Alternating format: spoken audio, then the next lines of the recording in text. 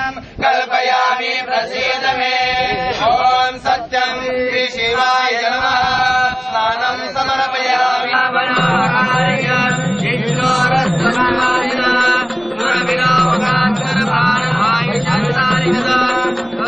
शिवाय नमः। दर्शन समर्पयामि। ओम शुक्रवस्मदं समदोजनो वदायते नमः। ओम नमः रूपाय रूपाय नमः। आई भवानी तुझ्या कृपेने तारसी भक्ताला, आई भवानी तुझ्या कृपेने तारसी भक्ताला, अगाध महिमा तुझी माऊली वारी संकटाला, अगाध महिमा तुझी माऊली वारी संकटाला.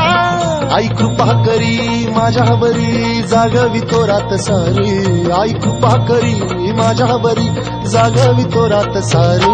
आज गोंधळाला ये, गोंधळ मांडला भवानी गोंधळाला ये, गोंधळ मांडला गंबे गोंधळाला ये, गोंधळ मांडला भवानी गोंधळाला ये, गोंधळ मांडला गंबे गोंधळाला ये.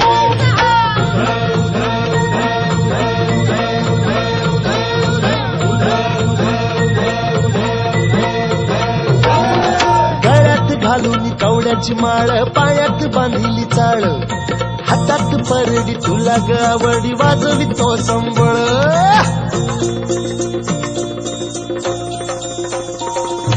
धगधग त्या ज्वालेतून आली तूच जगन्माता, भक्ती दाटून येते आई नाव तुझे घेता.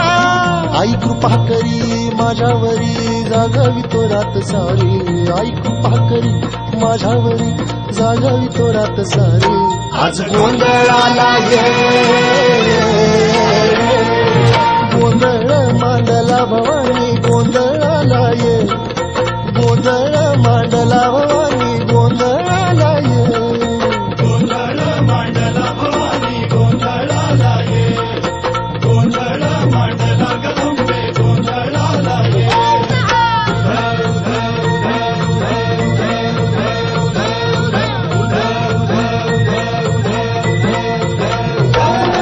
चौक भरीला माणिक मोती मंडप आकाशाचा, हात जोडून करुण भाकितो उद्धार कर गावाचा.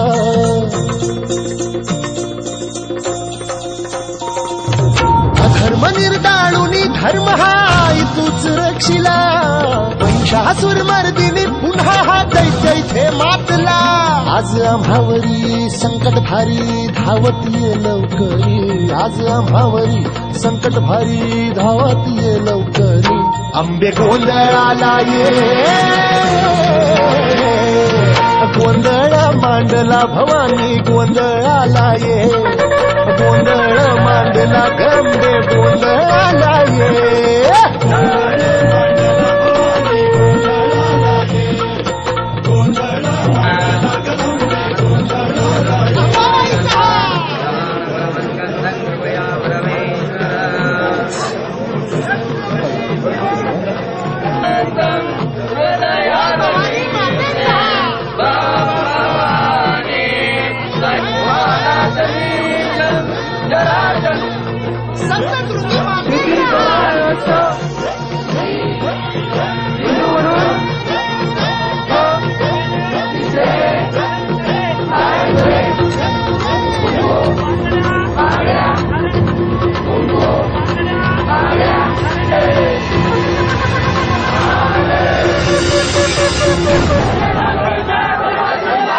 आणि याही वर्षी 23 जून आणि 24 जून या 2 दिवस शिवराज्याभिषेक मोठ्या थाटामाटात आणि दिमाखात साजरा होणार आहे, यात शंका नाही.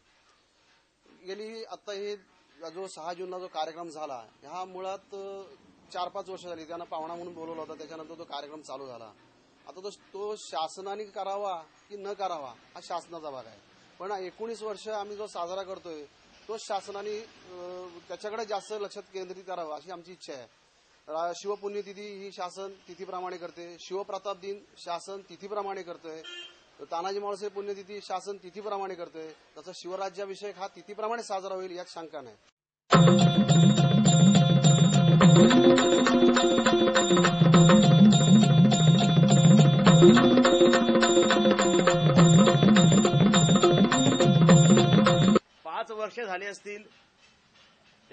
शिवाजी महाराजांच्या वंशजांनी हा कार्यक्रम सुरू केला आणि खऱ्या अर्थाने वाद निर्माण झाला.